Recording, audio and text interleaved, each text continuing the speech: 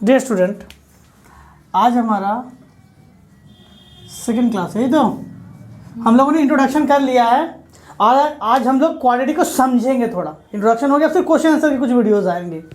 अब देखिए, सबसे पहला सवाल आता है कि हमें बहुत सारे इक्वेशन दे दिए जाते हैं, उसमें से पूछा जाता है कि कौन आपका क्वाड्रेटिक इक्वेशन है, कौन आपका क्वाड्रेटिक इक्वेशन नहीं है। तो हम लोगों ने क्वाड्रेटिक इक्वेशन का जो जनरल फॉर्मूला पढ़ा था वो क्या था हमारा, ax² plus bx plus c is equals to 0। ये जनरल फॉर्मूला है और जहां बता दिया जाता है कि a की वैल्यू 0 नहीं होगी, जिसमें बता दिया जाता है a की वैल्यू 0 नहीं होगी। ठीक है, लेकिन इसके साथ ही साथ कुछ पॉइंट है जो आपको पता होना चाहिए। पहला, डिग्री ऑफ क्वाड्रेटिक इक्वेशन, जो पहले ही बताया गया, डिग्री कितनी होनी चाहिए, 2 होनी चाहिए। लेकिन इसके साथ ही साथ एक और चीज याद रखना पड़ेगा आपको, power of variable. Power of variable is never be in negative. किसके अंदर नहीं होना चाहिए, नेगेटिव नहीं होना चाहिए, फ्रैक्शन नहीं होना चाहिए। क्या नहीं होना चाहिए, और डेसिमल जैसी चीजें नहीं होनी चाहिए। ठीक है, अब कहेंगे सर कैसे, तो इसमें एक सवाल बताते हैं आपको, समझिएगा इस तरह से। अगर मैं आपसे कह दूं x² माइनस रूट, अभी 3 और यहाँ पे लिख दूँ x और लिख दूँ 6 इज इक्वल टू 0, क्या ये क्वाड्रेटिक इक्वेशन है? क्यों नहीं है? क्योंकि x² ये तो सही है, 3x की पावर का रूट का मतलब होता है 1/2 प्लस 6 इज इक्वल टू 0। तो मेरा फॉर्मेट क्या था, x², हाँ सर स्क्वायर है, x power half, x power 1 नहीं है, तो ये नहीं। क्यों? क्योंकि इसके डिग्री में क्या हो गई है, हाफ आ गया। तो आपको फ्रैक्शन नहीं होना चाहिए। अब सवाल आता है यहाँ पे, सर अगर मुझसे कह दिया जाए x plus 13/x is equal to 15/6, क्या ये क्वाड्रेटिक इक्वेशन है? तो ऐसे आपको दिखने में लग रहा है, हो सकता है कि हो या ना हो, लेकिन आपको क्या करना पड़ेगा, इसे सॉल्व करना पड़ेगा। और आप जब इसे सॉल्व करेंगे तो इसका क्या करना पड़ेगा, एलसीएम।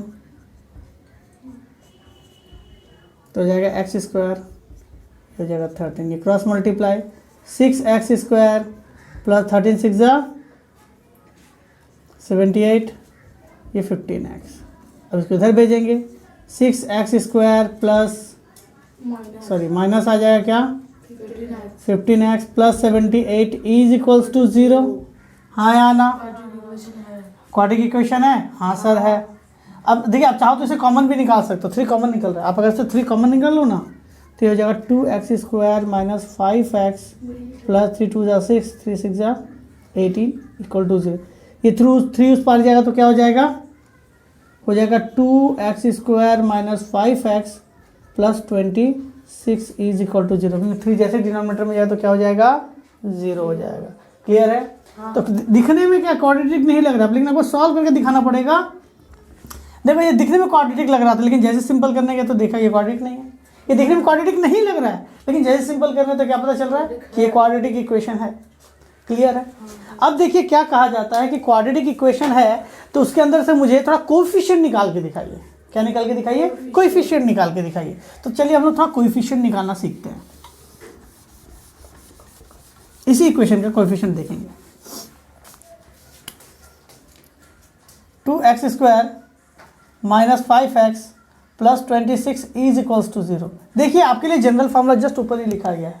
आप जनरल फार्मूला देखेंगे तो जितने भी टर्म है सब प्लस में है। ठीक है, मैं इसको 2 तरीके बताऊंगा। एक थोड़ा मतलब आप कह सकते हैं कि मैनुअल, जिसमें अंदर पूरा स्टेप बाय स्टेप चीज़ें लिखी गई है, और एक डायरेक्ट, दोनों ही एग्जाम में चलता है। जैसे अगर मैं इसको, मुझे सबके पहले मुझे पता है कि जनरल इक्वेशन सारे प्लस में होने चाहिए, तो मुझे इसको प्लस में करना पड़ेगा। तो मैं क्या लिखूंगा, देखिए क्या हो गया, ये प्लस ये प्लस ये प्लस। अगर इससे आप कंपेयर करें तो x² के बगल में a है, इसके x² के बगल में क्या है, 2 है, तो a की वैल्यू क्या हो गई, 2। x के बगल में b, तो x की वैल्यू क्या है, -5 है, तो b की वैल्यू क्या हो गई, -26। क्लियर है? हाँ या ना? देखिए, a नेगेटिव भी हो सकता है। और मैं आपको बात बताऊं, ये जो a की वैल्यू है, ये जो b की वैल्यू है, ये c की वैल्यू, a तो 0 नहीं हो सकता। मैंने लास्ट में बताया था b और c 0 हो सकता है। ठीक, और साथ ही साथ a b और c कुछ भी हो सकता है, यानी रूट में भी हो सकते हैं। a का पावर 1/2 भी हो सकता है, 4/5 भी हो सकता है, कुछ भी हो सकता है, ये डेसिमल में भी हो सकता है। यानी जो कहा गया कांस्टेंट, ये जो कांस्टेंट की वैल्यू है, ये कांस्टेंट, ये तो जीरो नहीं हो सकता, आपका जो कांस्टेंट है वो नेगेटिव हो सकता है, फ्रैक्शन में हो सकता है, ऑड पावर में भी हो सकता है, इवन पावर में भी हो सकता है। ठीक है, तो आपको देखो मैंने ये बता दिया कि इससे आपने ए और बी और सी की वैल्यू निकाल ली। ये निकालना बहुत इंपॉर्टेंट, आपको आना चाहिए। क्लियर है? तक अब कहेंगे सर आपने ऐसे बनाया, क्या आपने कहा था एक और स्टेप है, मैं इसको बताता हूँ। इसका एक और स्टेप ये है, देखिएगा, अगर मुझे यही सवाल वापस दे दिया जाए इधर 2x² - 5x + 26 is equal to 0, तो मुझे पता है x² के बगल में a होता है, x के बगल में b होता है, c क्या होता है, कांस्टेंट टर्म होता है।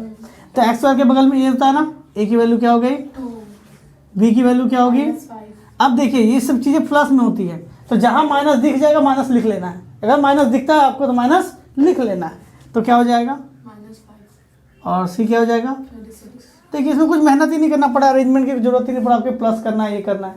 आपसे जस्ट ये वैल्यू पूछा जाता है। आप जब प्रैक्टिस करते हैं तो एग्जामिनर को भी पता होता है कि हाँ ये बच्चे ने प्रैक्टिस किया, डायरेक्टली वैल्यू लिखा जा सकता है। ये डायरेक्ट नहीं, ये कॉन्सेप्ट है, ऐसा नहीं कि ऐसे लिखना है, ऐसे लिखा जाता है। ठीक है, दोनों तरीके से। अब कहा जाएगा सर एक और सवाल दिखाते हैं आपको। अगर मैं ऐसे लिख दूँ 2 का power 4 x² - √3x + 5/2 is equal to 0, ये क्या क्वाड्रेटिक इक्वेशन है?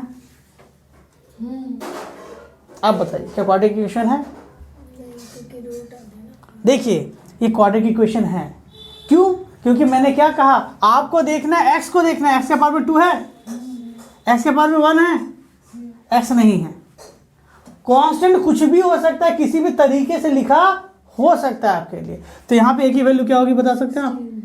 2 की पावर 4, 16, हाँ वही 16, b की पावर -√3, c की वैल्यू -5/2, माइनस ++5, 5/2। क्लियर है या डाउट है? क्लियर है। यहाँ तक निकाल पाए? हाँ या ना? हाँ, चलिए नोट कर लीजिएगा। देखिएगा, अगर आपसे कहा जाए 2x² + x 3x - 5 is equal to 0, आपको एक सवाल दे दिया गया। अब आपसे कहा गया, ये देखो क्वाड्रेटिक इक्वेशन है। अब मैं आपसे पूछ रहा हूं, जस्ट बताइएगा, do roots of equation does one of root of equation is 1। ध्यान दीजिएगा, आपको क्वाड्रेटिक इक्वेशन दे दिया है, कह रहा है क्या इसका एक रूट 1 हो सकता है क्या? देखिए अभी इसका मतलब क्या है उसको समझिएगा थोड़ा। ये आपको क्वाड्रेटिक इक्वेशन दिया, रूट का मतलब क्या होता है इसका 1। अच्छा बताओ इसके कितने रूट निकलेंगे? क्वाड्रेटिक के कितने रूट निकलते हैं? 2 निकलता है। रूट यानी रूट का मतलब वैल्यू ऑफ x, रूट मतलब वैल्यू ऑफ x। दोनों सेम भी हो सकता है, अलग भी हो सकता है। तो इसके कितने रूट्स होंगे? 2, एक होगा अल्फा और एक क्या होगा बीटा। तो ये कह रहा है, अच्छा ये अल्फा और बीटा यानी x की वैल्यू होंगे। तो कह रहा है क्या उसके एक वैल्यू क्या 1 हो सकता है? हो सकता है। अब पता कैसे चलेगा? अगर वो उसका रूट है तो उसको सेटिस्फाई करेगा। ये बहुत इंपॉर्टेंट है, समझिएगा थोड़ा। अगर x देखो, अगर इसका एक रूट 1 है यानी x की अगर एक वैल्यू 1 है तो 1 जैसे इसके अंदर LHS में डालेंगे वो RHS के बराबर हो जाएगा। अगर आपको चेक करना है तो क्या कीजिएगा ना, सॉल्यूशन बता दें। चेक करना रहेगा तो आपका इक्वेशन क्या है बताओ तो? Quadratic equation 2x² + 3x - 5। मैं LHS लिख रहा हूँ, मैं क्या लिख रहा हूँ? अब रूट क्या बोला है? x की वैल्यू कितनी बोलेगी? ये 1। रूट मतलब यही ना होता है वैल्यू ऑफ x। एक x की वैल्यू अल्फा माना जाता है, एक x की वैल्यू क्या मानी जाती है? बीटा। तो मुझे 2 नहीं बोला गया, मुझे कह दिया कि भाई एक तो रूट वैल्यू 1 होगी। तो डाल के देखते हैं वैल्यू।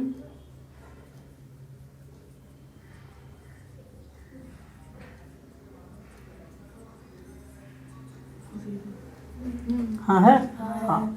अगर तो लिखेंगे yes 1 is root of equation of quadratic. हाँ या ना? हाँ अगर मैं कह दूं, देखिए मैं एक और कह रहा हूँ, क्या x is equals to, sorry क्या कहा गया, -1 क्या इसका रूट है? चेक करना पड़ेगा। तो चेक करेंगे तो क्या लिखेंगे बताओ?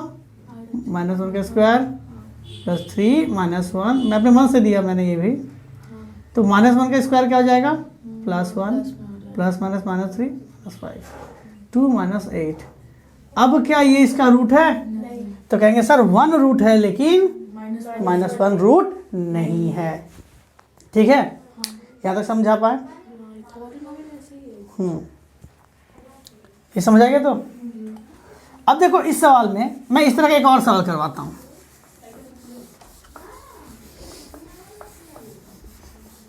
अब बस याद रखें कि आप बोर्ड के पर्सपेक्टिव से सवाल कर रहे हैं, ठीक है?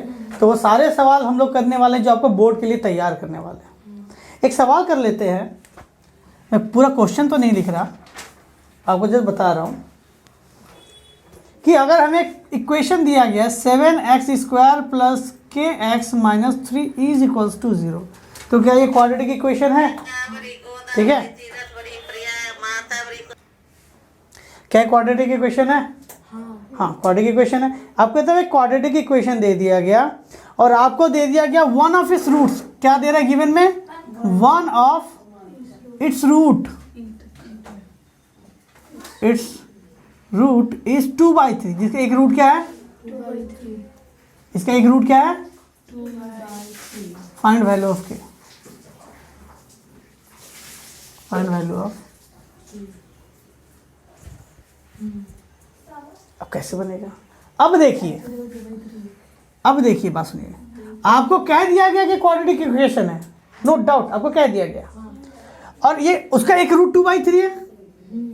देखो ये सवाल कराना था इसलिए मैंने पीछे वाला इंट्रोडक्शन दिया। अगर उसका एक रूट 2/3 है, इसका मतलब जैसे मैं इसमें वैल्यू 2/3 डालूंगा LHS और RHS क्या हो जाएगा? इक्वल हो जाएगा। तो लिख सकते हैं, लिखेंगे 2/3 is root of equation, is root of equation, so it will satisfy equation, हाँ या ना? तो 7x के जगह पे क्या लिख देंगे बाबू? 2/3। देखो आपको रूट बोल के भी दे सकता है, जीरोज बोल के भी दे सकता है, याद रखिए जीरोज बोल के भी, वैल्यू बोल के भी दे सकता है। ये सब चीज़ें डिस्कस हो गई है। 2/3 का स्क्वायर के, और ये हो जाएगा क्या? 2/3 माइनस 3 इज इक्वल्स टू 0। 7 2 का स्क्वायर 4 3 का square 9 plus 2k/3 minus 3 is equals to 0। ऐसे हम निकाल लेते हैं तो क्या हो जाएगा? 28/9 2k/3 minus 3 is equal to 0। 28 3 3 6k 27 first multiply 6k plus 1/9 equal to 0। देखो हो गया, तो उधर गुना हो जाएगा 6k प्लस 1, 9 से 0 गुना होता जाएगा 0, 6k उधर जाएगा तो -1, k की वैल्यू क्या होगी? -1/6। देखिए यहाँ तक समझ आया? तो आपसे k की वैल्यू आ गई। अब बिलीव कीजिए आपके बोर्ड में इस तरह के सवाल आते हैं। हार्ड था या इजी था? इजी इसलिए था क्योंकि पीछे वाला कॉन्सेप्ट हमने किया था, हमने रूट वाला डिस्कस किया कि रूट है तो सेटिस्फाई कैसे करता है। अब इसलिए आपको इजी लग रहा है, ठीक है? नोट कर लीजिए इसे। ये देखिए सवाल जो आपको दिख रहा है, if 2/3 and -3 are the roots of the quadratic equation, और एक इक्वेशन आपको दे दी गई है, let the calculate the value of a and b। It means आपको एक क्वाड्रेटिक इक्वेशन दिया गया है, इसमें देखिए दो डेटा मिसिंग है a और b, और आपको दो डेटा एक्स्ट्रा दिया हुआ है। तो हमें क्या दिया है? गिवन इक्वेशन, गिवन इक्वेशन क्या दी गई है? ax² plus 7x plus b is equals to 0, और जो मेरा गिवन रूट्स है वो आपका क्या है? 2/3 और -3। और हमें पता है कि क्वाड्रेटिक इक्वेशन में कितने रूट्स होते हैं? 2 रूट्स होते हैं, दोनों आपको दे दिया। और ये दोनों रूट्स किसके इक्वेशन के, किसके रूट्स हैं? इसके रूट्स हैं। तो हम लोगों ने कल क्या किया था? हम लोगों ने कल ये सीखा था, या लास्ट क्लास में ये सीखा था कि अगर हमें 2 रूट्स पता हो तो इक्वेशन किस तरह से निकाली जाती है। सो अब निकालना पड़ेगा। मैं इसमें क्या करूँगा, लेट कर लेते हैं पहले वाले को अल्फ़ा और दूसरे वाले को क्या मान लेते हैं, बीटा। सबसे पहले क्या निकालना पड़ता है, सम ऑफ रूट 2/3 प्लस ब्रैकेट में -3, 2/3 -3, 3, 2 - 9 क्या हो जाएगा, -7/3। फिर क्या लिखेंगे, प्रोडक्ट ऑफ रूट 2/3 और ये हो जाएगा -3 -2। अब देखिए हम लोगों ने फॉर्मूला पढ़ा था कि कभी भी हमें अगर रूट्स पता हो तो इक्वेशन किस तरह से लिखी जाती है। Now sum of roots x product of root x square minus sum of root की वैल्यू क्या है, -7/3। प्रोडक्ट ऑफ रूट कितनी है, -2। अब हम लोग क्या करते हैं, इसको सिंपल करते हैं, minus minus plus 7x/3 x already लिख दिया गया, plus minus -2 is equals to 0। ठीक है, अब निकालते हैं LCM 3x square plus 7x -2 is equal to 0। Cross multiply करेंगे, 3x स्क्वायर प्लस 7x -2 3 0 0। अब देखिए हो क्या रहा है, हम लोगों ने जब क्वाड्रेटिक इक्वेशन निकाला तो क्या हो गया, इक्वेशन कैसा दिख रहा है, 3x स्क्वायर प्लस 7x -2।